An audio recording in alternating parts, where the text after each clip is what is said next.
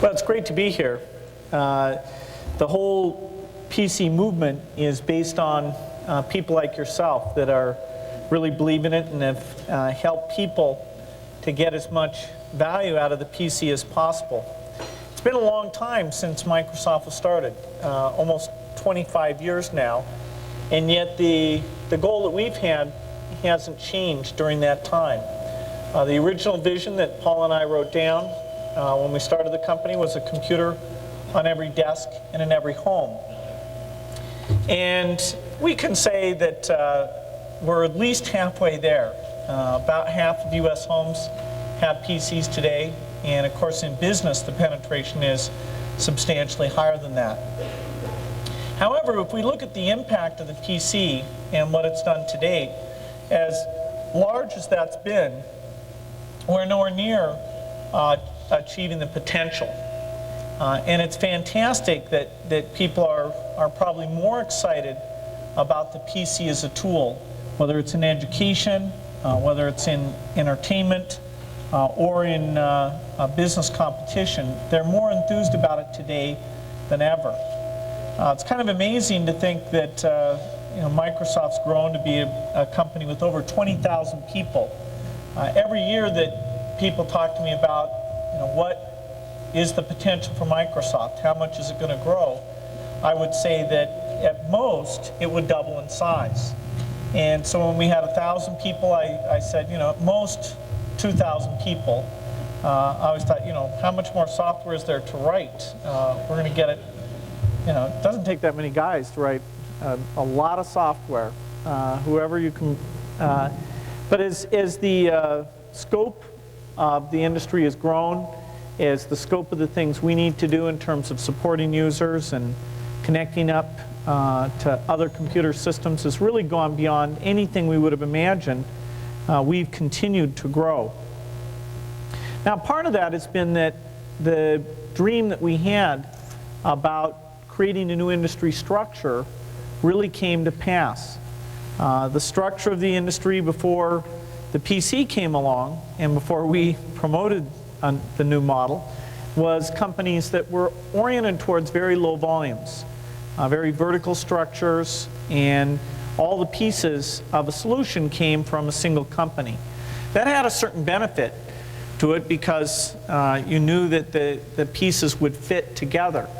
But it wasn't something that was going to ever be able to deliver a product that was in the range that an individual could afford, or to build up the range of software applications that would make the PC relevant to a very broad audience.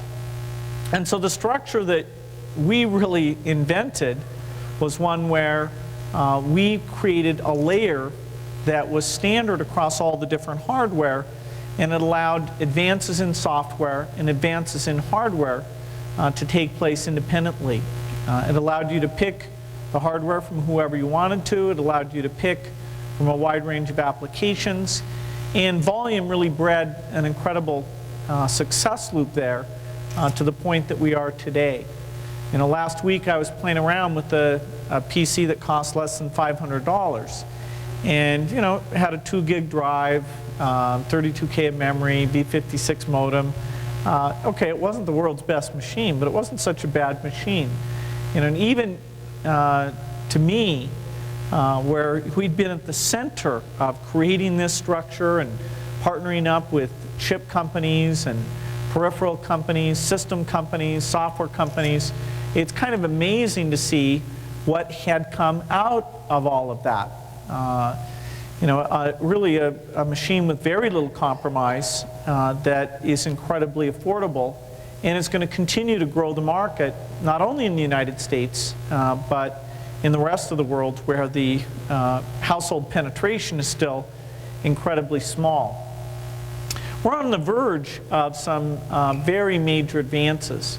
We've got critical mass now in terms of the internet protocols and the standards there. Certainly the idea of connecting up other devices, what we call personal companions, I think that's going to really accelerate. Here at Comdex, you're seeing a lot of the companies that have different ideas about those form factors. You're seeing the early stages of wireless networking. That's a piece that may take a few more years to come into place. Very low cost ability to update your data on all of these machines. I have no doubt that the hardware industry is going to do its part. Meeting with Intel and AMD and the others in the last few weeks, they've got roadmaps that take us to processors that are over 1,000 megahertz, processors that are 64-bit memory address space. So the Moore's Law doubling certainly isn't going to slow down in the foreseeable future. The disk drive guys are going even faster. You are going, if you can find a machine with a disk as small as 2 gig, that's going to be a collector's item in a couple of years. It'll be hard to buy a machine that doesn't have 10 gig. And what are we going to do with it? Well, that's where we take on photography. That's where we take on digital video, digital audio, and make those commonplace data types that are built down into the system. The hardware guys will be delivering things like USB connected cameras that'll be less than $50 for video capture, video conferencing, and even making that part of the user interface. They'll be delivering hand scanners and digital cameras that will bring a lot more data into the PC. They'll be delivering flat screens that have prices comparable with CRT prices, and yet in terms of the portability and the readability go way beyond the CRT. I hope some of you have had a chance to go by our booth and see a breakthrough we made in this area recently called ClearType, which takes advantage of the property of the color LCD to get much, much better text resolution. By tripling that resolution, we make an LCD color screen go from something where you can just tolerate reading email and documents that are a couple screenfuls to something where you'd be glad to read even hundreds of pages sitting in front of that screen for even 8 or 10 hours a day. And so it really crosses the threshold to change behavior in use of these devices. PCs a long time ago, people talked about using them to do presentations, but they didn't really. Today, when's the last time you saw somebody with slides? That PC's totally accepted there. Well, today you don't talk about taking a PC to a meeting. It's some people do, but it's not a mainstream behavior. And I'd say 3 or 4 years from now, that will have changed completely. Instead of taking paper notes in a meeting, you'll take your PC, annotate on that device, and then you won't have that disconnect between the information you have on paper and the information you've got there on the screen. So on the hardware side, there's a very, very bright future. On the software side, I'd say the same thing. The theme for Microsoft is absolutely bringing in the extra power while delivering better simplicity. And as we look back at how much people have to learn to use a PC, we see what all of you are, I'm sure, aware of every time you're helping people out use these machines. There's a lot of ways that we can take the extra power and simplify the experience. The experience when there's a problem is very opaque today. The experience of how many commands and utilities you have to learn, it's simply a lot more than most people have time for. Now, fortunately, the world of software is a world of rapid advances, and so you'll see in the versions of Windows that we've really taken this priority to heart. And we're really rewarding people inside Microsoft not for creating new commands, but for getting rid of commands. Not for creating new file formats, but by merging the existing ones we have down till we get to really one rich store that you navigate for everything. And so even if you want to query and say, what connections do I have? What fonts do I have? What users, who are my contacts? All of that is done one simple way. And it's more like web browsing, in fact, richer than web browsing, but seems to be an evolution of the way web browsing works, and it combines the local information you have of all types and the remote information into a very seamless experience. Being able to share data between multiple devices, being able to migrate easily between devices, all of those become very important as we're moving away from the idea of having only one information tool, just your PC, to having multiple PCs and the personal companions as well. So there's tons of work for Microsoft to do. We've increased R&D very, very rapidly over the years, and it's because some of these challenges, the speech, the handwriting, the visual recognition, that's software that creating it, refining it, testing it, requires quite a scale of activity to pull it together. Fortunately, because of the volumes involved, we can take things that we spend billions on and price them for well under $100. And that magic of more powerful yet cheaper will continue to drive this market forward. We're seeing the volume increase really at every layer, at the Windows layer, the Office layer, and for those of you who get involved in servers, our back office layer is actually our fastest growing business as well. If there are any things to be concerned about as we look forward, I'd say there are a few, but still notable things. In my speech last night, I talked about the concerns about privacy that we're hearing more and more, and a lot of software effort there to fix that.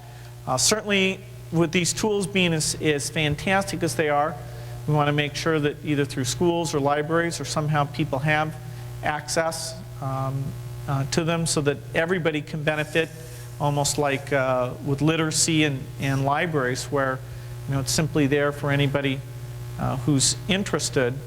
And we also have a lot of tough things to work through in terms of getting everybody hooked up at high speed. Businesses are getting high-speed connections. Anybody who can afford $1,000 a month is going to have really almost infinite speed connections and the ability to do video and audio at great distances. But in the home, where the pricing has to be more on the order of $10 or $20 a month, the opportunity to get the high-speed connections, that's going very slowly. Cable modems are the only bright spot there, and even that, with full speed deployment, it'll take 3 years before we'll get up to a couple million of those out there. So if you take it as a percentage of homes with PCs, or percentage of homes using the internet, or percentage of total homes, it's still a fairly small number. And yet, the picture there is actually stronger in the United States than it is in most other countries. So that's a tough one, and yet we really need those high-speed connections to fulfill the full promise of making this the new way that we communicate, and really supersetting TV as we know it today. Finally, essentially getting away from the use of paper at all. The information you care about is immediately brought down to you, and it's brought through systems that are very, very convenient, systems that you trust to use your data on those things and collaborate with people, whether it's a home type activity or doing any kind of work. So it's a very bright picture. It's certainly been great to be involved in all of this. The next 25 years really should see the fulfillment of any vision that people have had in this industry. I think 10 years will probably get most of it, but sometimes there are a few pieces that lag. One piece that lagged for a long time was connecting computers together. We talked a lot about it, and then lightning struck, and it was actually the standards coming out of the universities that allowed that to get to critical mass. So all that vision of information at your fingertips happened, and it happened suddenly. It wasn't a linear type thing where year by year it got greater. It was a discontinuity, and that's what you see when you have communications like technologies. That same discontinuity is driving across the economy, not just in the United States, but everywhere, where businesses will have to be on electronic mail and paperless. They'll have to offer their products to customers coming in through the internet, They'll have to work with partners in that way. And actually today, businesses are clamoring to find out how they get ahead of this, no matter what type of business they're in. Colleges, high schools are also looking to say, well, what does it mean for their role? They're all about delivering information, satisfying people's curiosity, helping them certify their skills. And as we move into this digital age, all of those things will change as well. The availability of the best lectures, the availability of the best tests, that will be commonplace. The ability to share rich presentation on any kind of subject that's out there, or connect up with people who have answers, or share some of the same questions will come through all of these systems. Now, through all this, that basic insight of making it a personal tool, high volume, affordable, simple enough for most people to use, that's what we have to retain. The vision of Microsoft being very specialized, focused on the high volume building block software, again, that's something we think it's very important to retain. Given the success we've had and the size we've had, we're constantly asked, when are you going into the system business, or the consulting business, or the network business, or even these high-end enterprise applications? And our answer has been quite consistent, that in the areas we operate, Windows, Office, back office, a broad range of software, but rich, high-volume software, we see enough challenges and opportunities that even if you look out 5 and 10 years, that's what will really characterize Microsoft. We're delivering some of that now, more and more through services out on the internet. And in fact, the boundary between how you get support and services will blur as you're downloading some of the software on a pretty regular basis over the internet. You're starting to see the very beginnings of that in a couple of our products. Web TV is a product. When you dial in, it'll automatically update anything that's changed on the client, so new features just show up. Windows Update, of course, is an entry in Windows 98 that lets you get out there and see if there's new drivers or new fixes. And we're getting a lot of feedback. It's a very new thing, but it's really there to be that constant thing that'll keep your Windows machine up to date, help you diagnose anything that's going on, and really allows us to stay in touch with where people are having problems. And immediately when we solve it for one person, we can solve that for everyone. So it's the most revolutionary industry there's ever been, doing the best job for customers, better job than any industry ever has.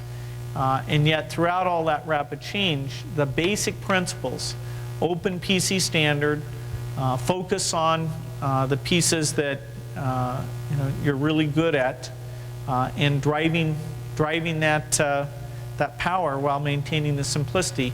That's what this business is all about, and it makes it really one of the most fun businesses in the world. Your role will be ever more important as we conquer these frontiers. There'll be a lot of people who are scared about what the PC means, a lot of people who want to dive in and push it to the limit. Fundamentally, it's very exciting, it's very positive, but change at this pace is really unheard of. And everything else that's been as impactful as the PC has moved out into society broadly over a period of several generations. And so, anybody who sort of thought of the car as coming along and being a strange thing, well, during their lifetime that was the case. Here with the PC, the change is so much more rapid that in the course of someone's career, you can go from the PC having been irrelevant to being absolutely an essential tool for them to be able to get their job done. And so this idea of reaching out, answering people's questions, helping them get excited, helping them help their friends with all of this, it's a very, very important thing, and I applaud you for all the energy you put into that.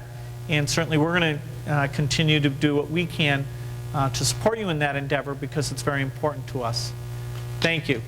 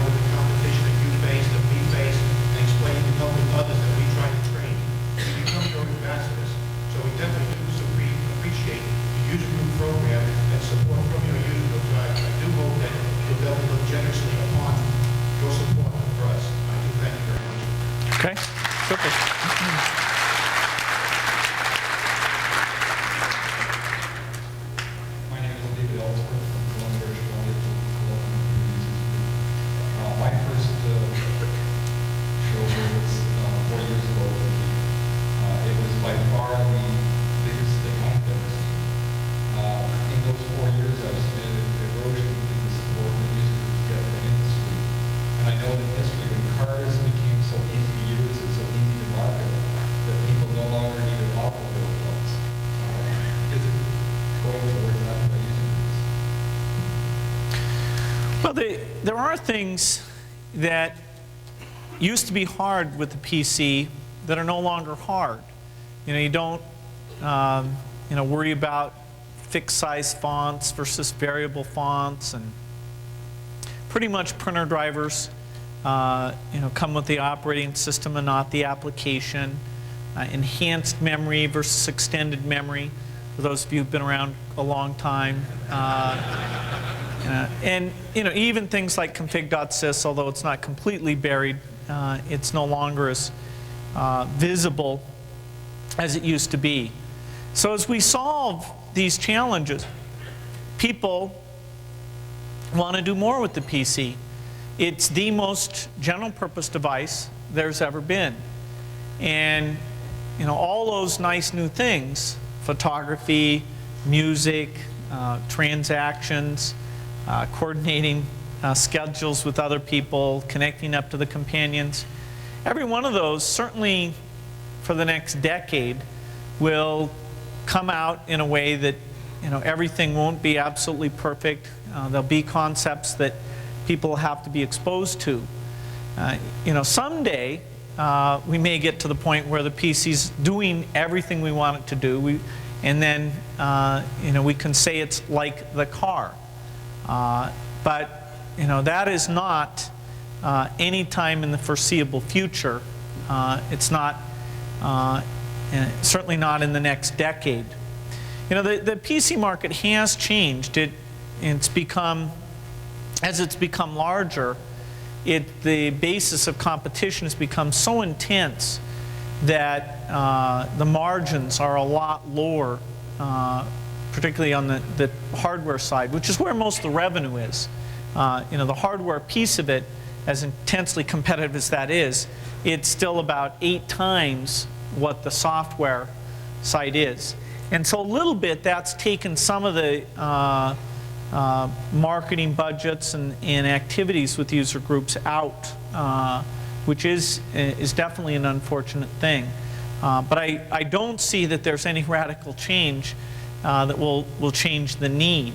You will see more variety of users. The range from that hardcore user who wants to reassemble the motherboard with the different parts, all the way down to the person who can't seem to get comfortable with electronic mail and URLs. And that's got to be tough for user groups to know where, hidden audience that everybody who's sitting there will either find it interesting, but still not over their head. So that diversity has got to lead to more specialization and creative ways of dealing with it. But absolutely, the PC will, the fact that it's needed this kind of activity isn't changing. Hi, I'm Mike Kato, Tokyo PC Users Group. I'd like to first off thank you for displaying leadership in putting the English, the language support kits in Office 97 originally, and also in NT4. Now, the question I have is, when will Microsoft and you also display leadership in providing support and pricing that reflects the necessity for companies who are doing business internationally to have the building blocks that are, to offer the same support and service in any language wherever you are? Now, I'm not sure what you're saying.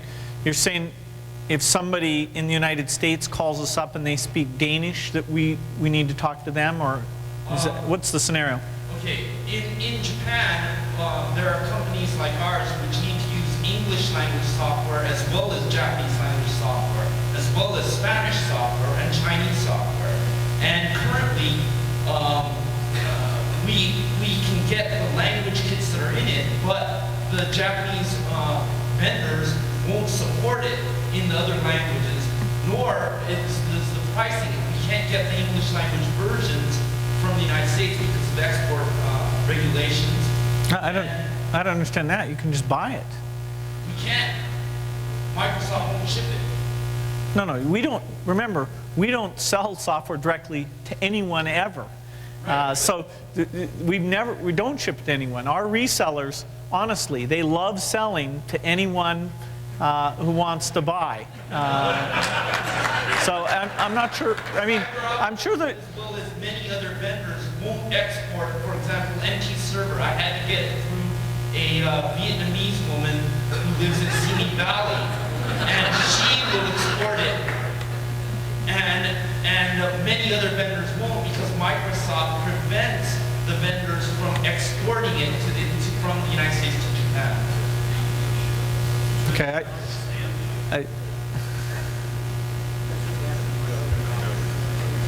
All right.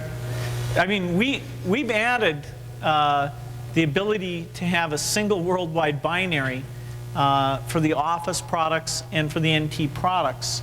And so you can create documents that use any type of thing. You can run Japanese software. You can buy a machine here in the United States, use the language kit, run the software on it. We've done something that's never been done in an operating system before in terms of the broad multilingual support. And certainly we support the English products in Japan. We sell them in Japan through the different vendors. So maybe we should follow up and understand what more we need to do. My name is Julie Johnson. I'm from the Venice Women's PC User Net Group, Venice, Florida. And I would like to thank you on behalf of my kids and my grandson, because you are Thank you.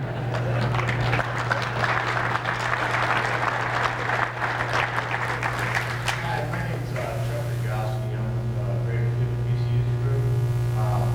One comment, the Scottish gentleman that was creating the SQL statements that I usually code as a developer, I'll make that too easy. Okay. But I just wanted to say that, and I also wanted to say I like SQL 7 a lot, and that's looking real nice. I like what I saw in 2000 about being able to do inner and outer joins from Access into SQL. That's nice. But one thing I wanted to ask was about IEEE 1394. If you could address that. USB's here. Do you say that, or does that cut the market go up or something? Well, we have a lot of different buses and connectors, and in some ways we're going to have to focus in on a few. Right now I'd say it's kind of unclear. In the home, 1394 may be a standard for connecting consumer products, but some of the companies that were involved in creating it are charging huge patent fees, so that could hold that back. USB has a lot of great capabilities. In fact, we can take USB up to much higher speeds than we have today. And so that's a contender for connecting digital peripherals in the home. Then, of course, you have Ethernet, where you decide that everything's just an IP-addressed network device. And Ethernet has the beauty of being high volume and fairly low price, but it doesn't have some of the features like self-discovery today that the other buses have. We want to hide the difference of these buses, but also working with partners like Compaq and Intel, we want to really pick which ones we get the peripheral vendors to focus on. In addition, there are things like the various wireless ways of sending data inside the home. There's an idea of sending data across the AC power line, so you can just plug in a computer and the data comes across that way. That actually works amazingly well, and in terms of not having to run wires between various rooms, I think will be one of the approaches that's important there. So 1394, Microsoft has been very much behind it. We've gotten the consumer electronics companies to do things with it, but the relative role of that bus versus USB versus Ethernet, I'd say, is a bit up in the air. And I hope in the next 6 months we can really clarify that so that the people who are investing in peripherals know which way we want them to go. David Nottingham, Specialist PC Users Group from Florida. It was was said a few years ago, and I don't remember where I read it, the difference between the haves and the have-nots. The future would be those that understood and could use a computer and those that didn't. Could you comment on that? Well, if you believe in what we've got here as the communication tool of the future, then you do want everybody to be drawn in and have a chance to use it, whether it's to learn or to qualify for the jobs that involve these skills. I certainly believe it's true, and that's why in philanthropy, a lot of things I've done have been focused on access to computer technology. My wife and I created a foundation that has a very simple goal, and that is to give to every library in the country PCs and software and support so that anybody who can get to that library can get access. And we're pretty far along with that. The first state we went into was Alabama, and so we picked that because we thought, hey, we went to where the lowest percentage of households had PCs, because that's where the universal access can have the biggest impact. And then we picked 6 additional states that will get done in the next 6 months. So within the next 3 years, all 16,000 libraries throughout the entire country and in Canada will get the PCs and the hookup. And the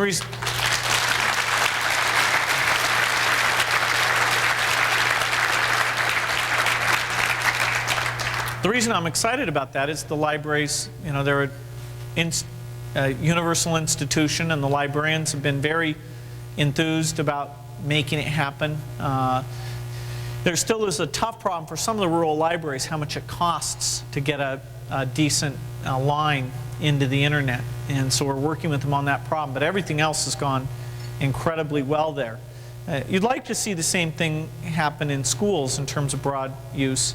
And there's a lot of people looking at that and how we might be able to accelerate it. So I agree that access is, you take the good of all this technology and you say, why shouldn't everyone benefit from it? Gerald Schaefer, Akron Camp PC User Group in Akron, Ohio. We started a computer recycling program this year called ROCKS, Recycling Older Computers for Kids and Shut-ins. And our difficulty is that when we receive a volume of computers from a company, they will basically wipe the hard drive, F-disk the hard drive. So consequently, you have a computer, no DOS, no Windows, no applications. And it's kind of tough to place that computer in the kid's home or dealing with people who can't afford any computer at all. So we have 8088s all the way up through. But with the stuff that's coming out of business is usually those are 386 boxes. Everything has been wiped. And a number of the user group people that I've talked to this week are seeming to find that today. What can we do without a DOS or Windows on those kind of boxes? Is there some program that Microsoft has that might help us at least get these computers and utilize them somewhere? Thank you. Well, we'll certainly have to learn about that. I mean, I don't understand why they'd wipe out the DOS diskette, which usually comes with the computer. In corporations, that stuff's all I'm sorry? somewhere and somebody's installed it on all the equipment. So there are not manuals. It was all licensed at one point in time. Well, We end up with just hardware. yeah, there's a question of, are they retaining the license for another computer? You upgrade the computer, you upgrade the software. Well, if they've maintained the license, then then they are keeping that license. It's one thing we should dig into it. The solution for DOS, there may be a solution that relates to the system software. When it comes to the application software, people are keeping that, and so it doesn't make sense that you mint a new license as a result of that. But in the case of the system software, there may be something that can be done about that.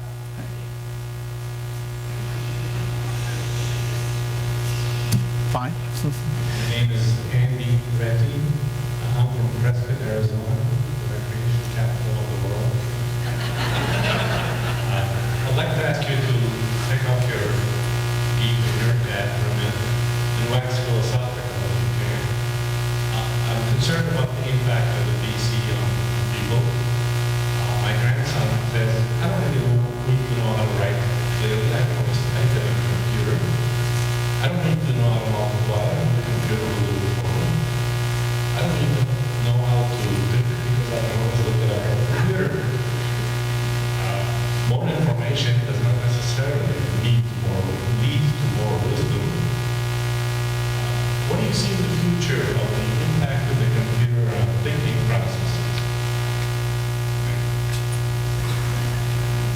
Well, certainly the effect of technology has been very positive in terms of spreading access to information and giving people a chance to learn things in better ways. There are things that we knew hundreds of years ago that we don't know today. And you can assign your own moral value to the fact that we don't know how to plant seeds and grow food. At least I don't, and probably most people don't. So there is over time a shift in what things are important to have as skill sets. I think kids are writing more when they use email than before they had electronic mail. Inside Microsoft, you have to have the eloquence of putting your ideas in written form, because it's not just meetings, it's not just phone calls, it's written communication. And in the same way as it was in the days before the telephone, you have a written record there of how people were discussing issues, how they're going through things. So I don't see anything that moves away from writing. In fact, I see an increase in writing. In terms of handwriting, okay, that's unfortunate. It's partly because the computer doesn't recognize handwriting. We will get it so it does. We'll even be able to rate somebody's handwriting in terms of how legible it actually is.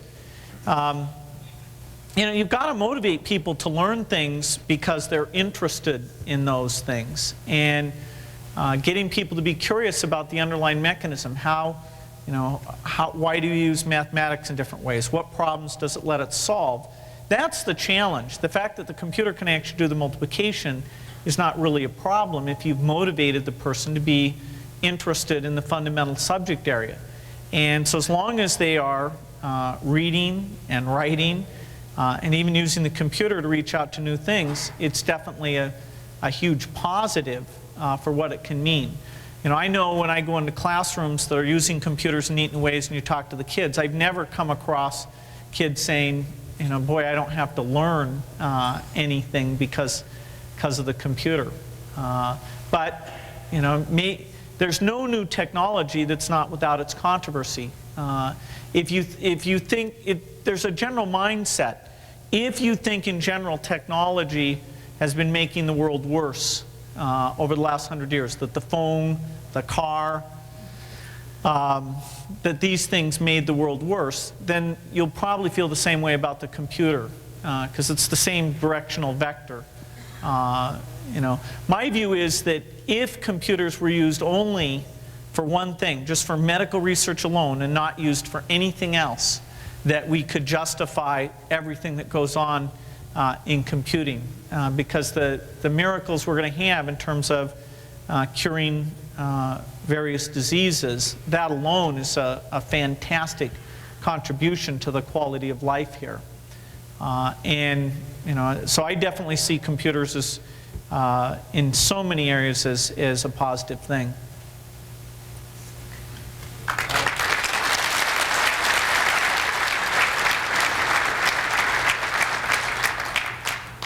My name is Jerry Siegel from the Miami PC User Group. I saw the eXtreme event last Saturday, and I understand we're going to see a lot of different features of Office 2009. I've been coming to Comdex for about 10 years now, and each year there's many new dramatic improvements, whether it be DVD, digital photography, whatever.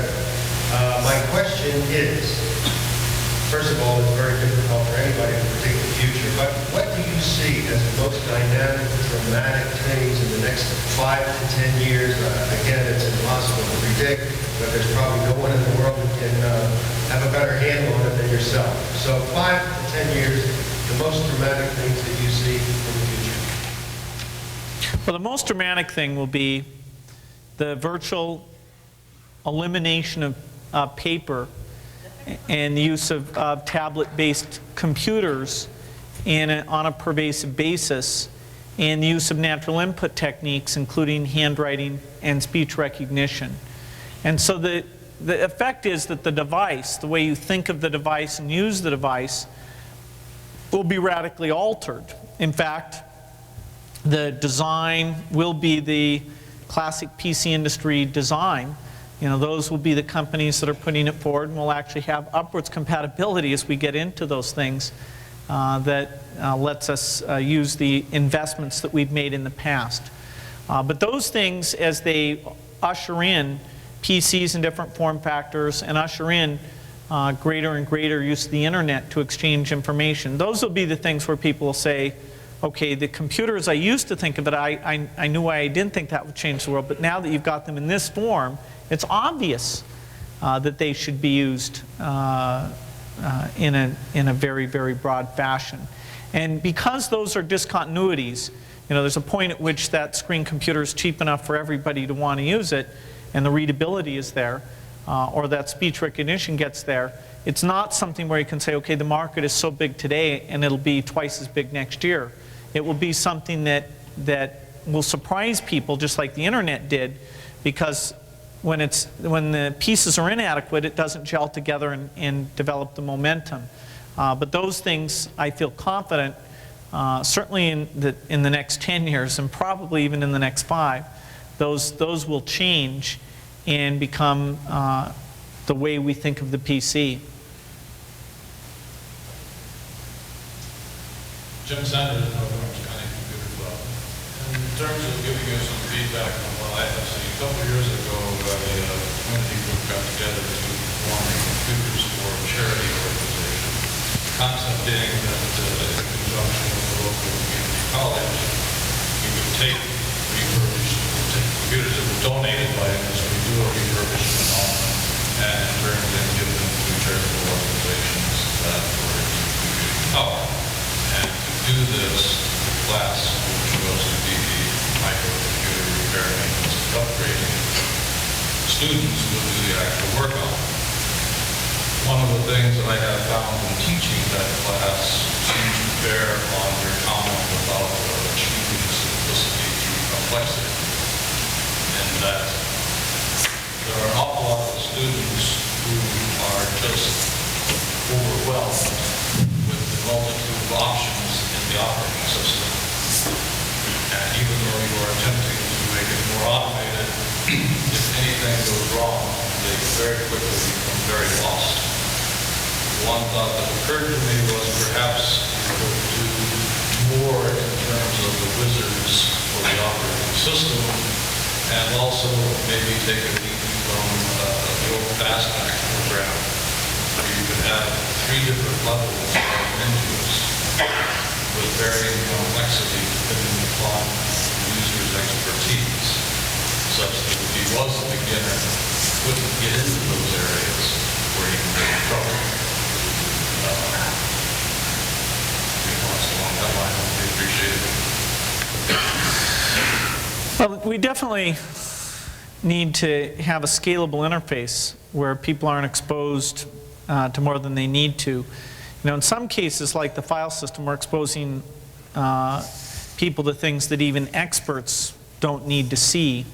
For example, if you have Word, why shouldn't you just see Word, all of that code as a single file, and think of it as one thing that you can remove or install, rather than being sprayed in various directories all over the hard disk. We do have this open structure where manufacturers can put in a variety of utilities, and third parties come along with device drivers. And it is a challenge to us, one we have to meet, but to have the best of both worlds. That is, to have the openness where anybody can come up with a device driver, and yet to have some way of certifying those things and getting their interface to fit into a framework that makes it all pretty seamless. And particularly when you have people like the graphics vendors who are trying to do better on the latest benchmark, they're revving their drivers and not taking the time to go through test cycles and to do the user interface quite the way we want. So we're definitely going to have to come up with a way of making sure all the pieces that go into the system integrate as a whole without choking off the flexibility that the PC architecture has had in a very unique way. The multi-level thing is definitely something to keep looking at. We tried that in Office, and what we found is that although nobody uses all the commands, the subset of commands they use varies quite a bit. And so you get this discontinuity that if there's just one feature that's not in your set, then you have to change the mode, and then you're not used to what's there. And your friend who knows a little bit more doesn't understand your subset and what you have. And so you get, which does the book talk about? The Windows Level 3, Windows Level 2, Windows Level 1. But there are some ways of making it so there aren't discontinuities there, that it's scalable in a fairly straightforward fashion. And I definitely think that's part of the way forward, is to figure out the things that the entry-level users need to see. And although we'll let them get to those other things, we don't force them in their face. Most of the problems people have with the PC aren't necessarily they got off into some commands and messed things up. It's more that there's some conflict between the various things they have on the system. Those are the toughest problems of all. Related subject quickly on the software. A similar situation occurs in my environment where donated machines do have software. Sometimes it includes original disks and documentation, but there is still the issue of licensing. Does Microsoft really care that somebody has a Windows 3.1 version of Word? Well, we certainly care.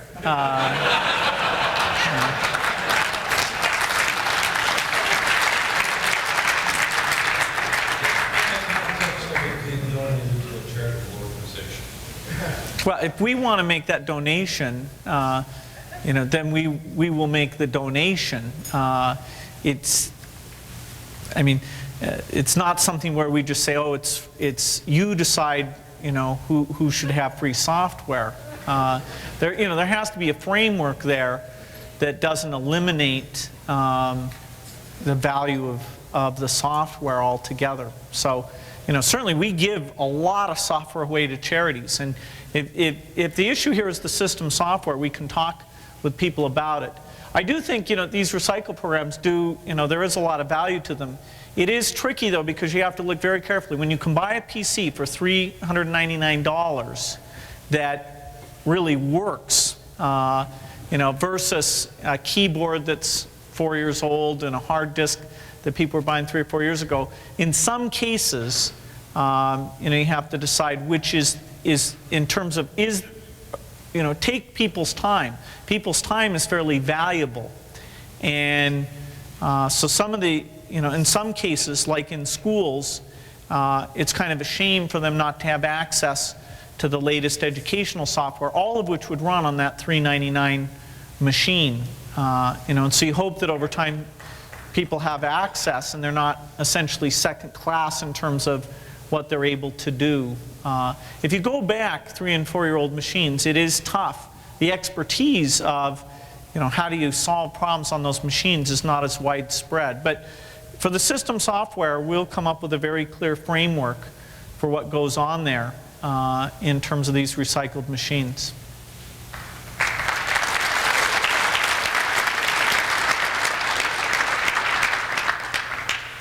Mr. Gates, my name is Carl Barthel with the Long Island PC User Group, and I've been watching corporate America for the last 10, 15 years use PCs, and there has been a rather large difference in terms of the number of features that are available, whether it be the operating system or applications, and the amount of those features and benefits that people use.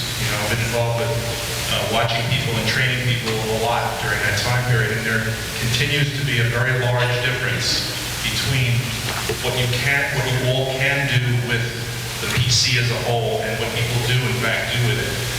Do you see this trend, actually this difference between what people use and what they can do? Do you see that continuing, or do you see at some point finally people will start to use what is all there, or conversely, that what is too much will be reduced, or at least not grow as rapidly?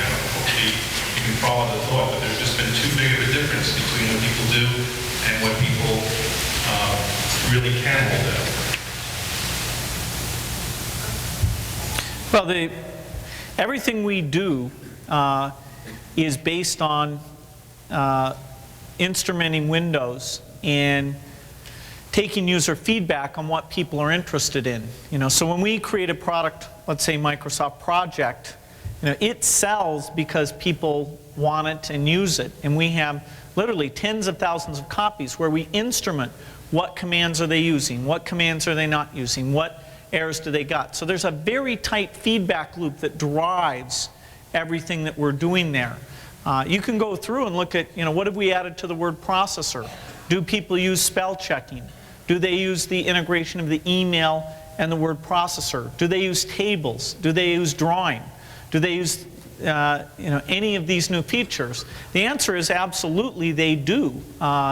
People who design products, they are very serious people who are coming in every day and designing these things with these capabilities.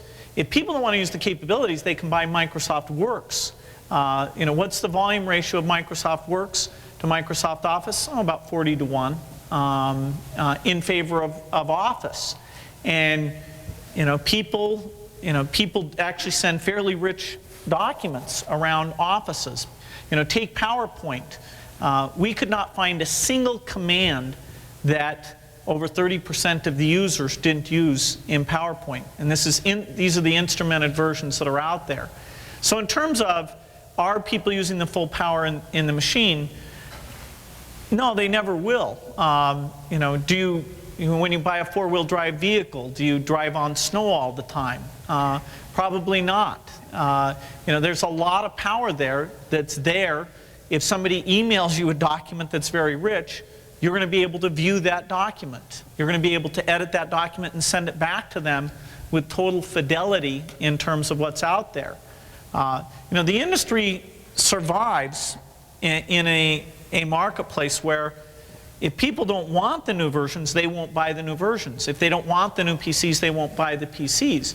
But the change in terms of how ambitious people are in using these things has gone up really incredibly. I mean, people are really mailing around rich documents. They're not just mailing around little notes to each other. They are creating electronic forms, mailing those things around. And think about the PC of 3 years ago. You had to go buy, you had to go out and buy your own TCP/IP stack. You had to go out and buy the net meeting software and the telephony add-ons and all those different things. So, we think we're doing things that people use. We try and measure those things as much as we can. And for the user who doesn't want to use these new things, there are products out there from us and from other people that are aimed very, very much at that entry level of usage. People do like a lot of headroom. They do, when they learn a product, like to know that if they ever want to put a footnote in a document or something, that capability actually exists there. I do think that we have reached some limits. For example, the technique we use for presenting the interface, today we use 2D menus. And 2D menus, you can present about 30 or 40 options. That's all. And so once you've used 30 or 40, if you're going to add features to those products, you better come up with a new way to do it. The new way to do it, fundamentally, is that you allow people to type in essentially arbitrary English. And you saw this feature come out in Office 95, and it was greatly enhanced in Office 97. We used it in the help interface where you could ask questions.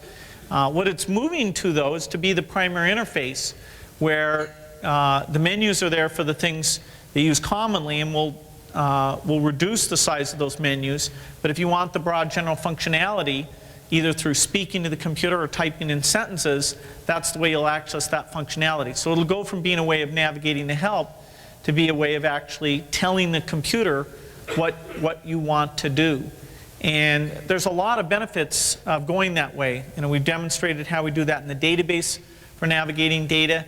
That's the trend in terms of internet search engines to actually parse and understand sentences. Nobody's done it yet, but we and others are working in that direction.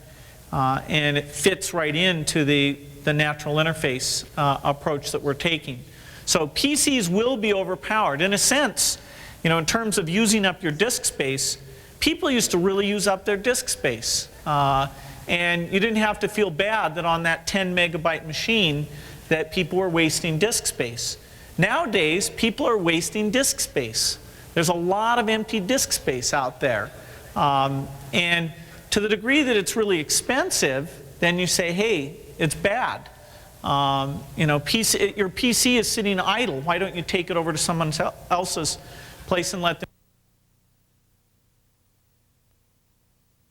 information has reached an upper threshold in terms of the complexity that people are willing to learn. And so we do have to have unifications. We do have to have eliminations of commands. But I don't see us backing off on the power that's in that system. You know, the rich documents you can create today with computers, I believe you'll be able to make those rich documents and more with these computers in the years ahead. We just have to make sure that it doesn't burden the person who doesn't want to use that feature. Clark Delaney, New York PC User Group. What is your thoughts on voice command and voice dictation? And also, I see your competitors in the street market having alliances with voice dictation type of companies.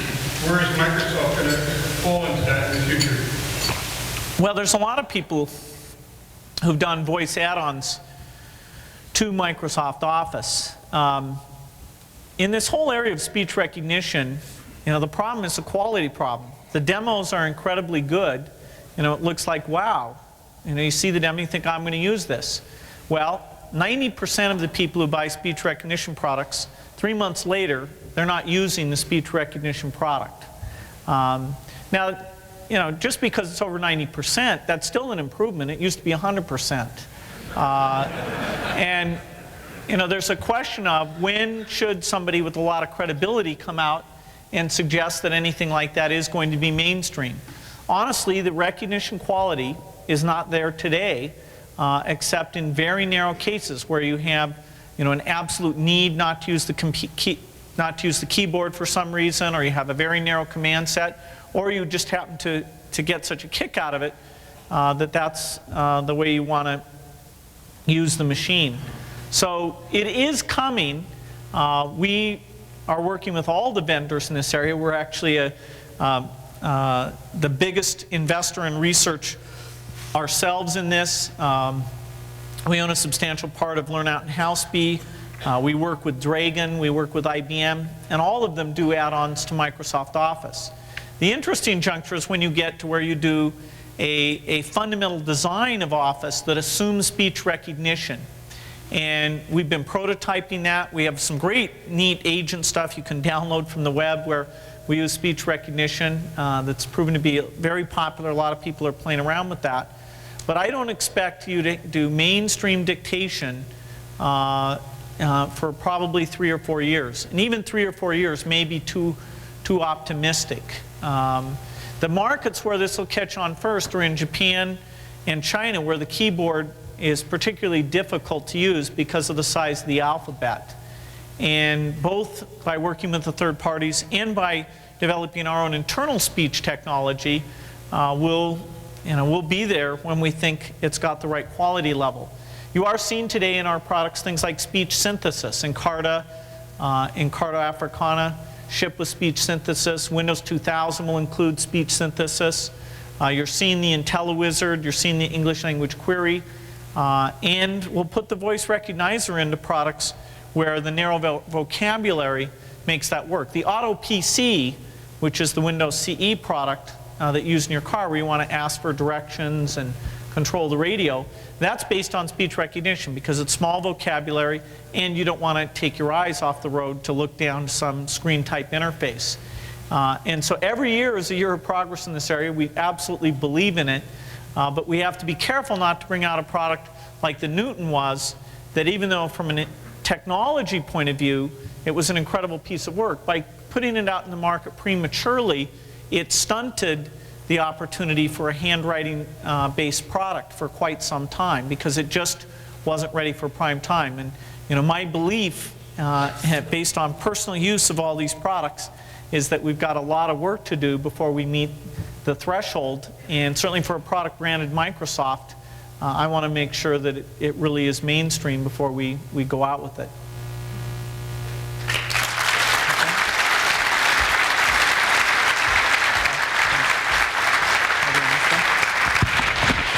Thanks, Bill.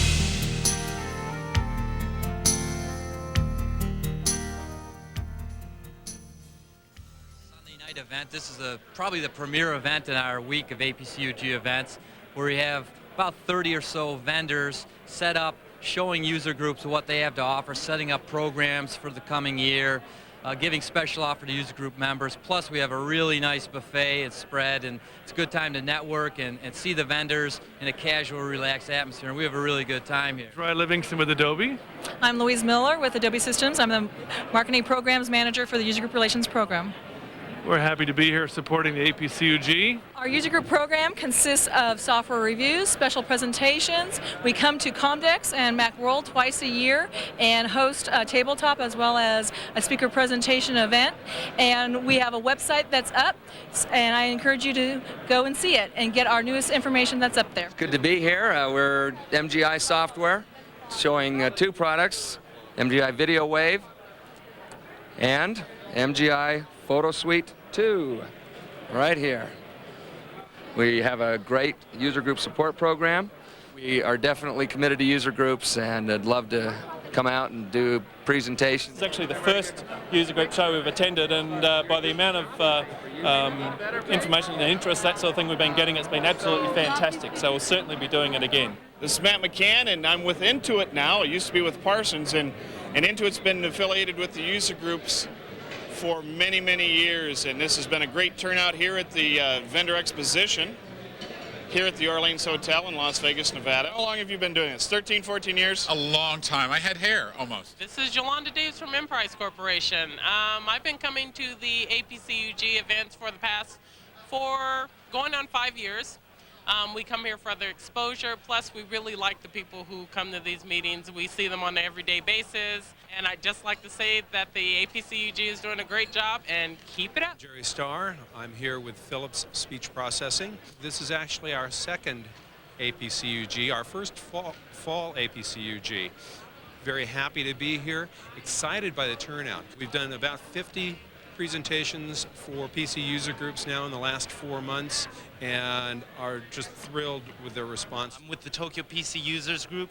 This is my 4th Comdex and my first APCUG conference. I'm having a great time. It is worthwhile, and I will definitely be back again next year. My name is Gene Barlow, and I'm representing PowerQuest Corporation at this APCUG User Group Officer Conference. We have been coming back every year. We love working with this organization. They're a good group of people here to talk to and visit with. James Alexander, Utah Computer Society. This is my 5th ABSUG and 7th Comdex in a row. And I'm here to see what I can do to, number one, help my group, and number two, see what kind of goodies I can get, and number three, find out what I can do to improve my other interests, which are in my professional life. Hi, it's Kevin Mallon, FileMaker. We're very pleased to be here at ABCUG this year, and we're giving away 2 versions of FileMaker Pro Developer Edition. Actually, this is our premier year here at ABCUG, and we're looking forward to many other years. This is where our users are. It's a great turnout. It's a super turnout. Folks, my name is George Scarbeck. I've come from Melbourne, down under. It's my first time to Comdex and first time to the States, and very impressed. Organisation is great, and so far being overwhelmed by the goodies and handouts. And this is only the beginning of it. So really looking forward to the rest, and hope to be back next year. I'm Bob Coppage, president of the Greater Cleveland PC Users Group. And this is a great event because it gives you opportunities to talk to vendors and see products that for smaller groups you may not see at other circumstances. So if you can make it out here, check it out next year.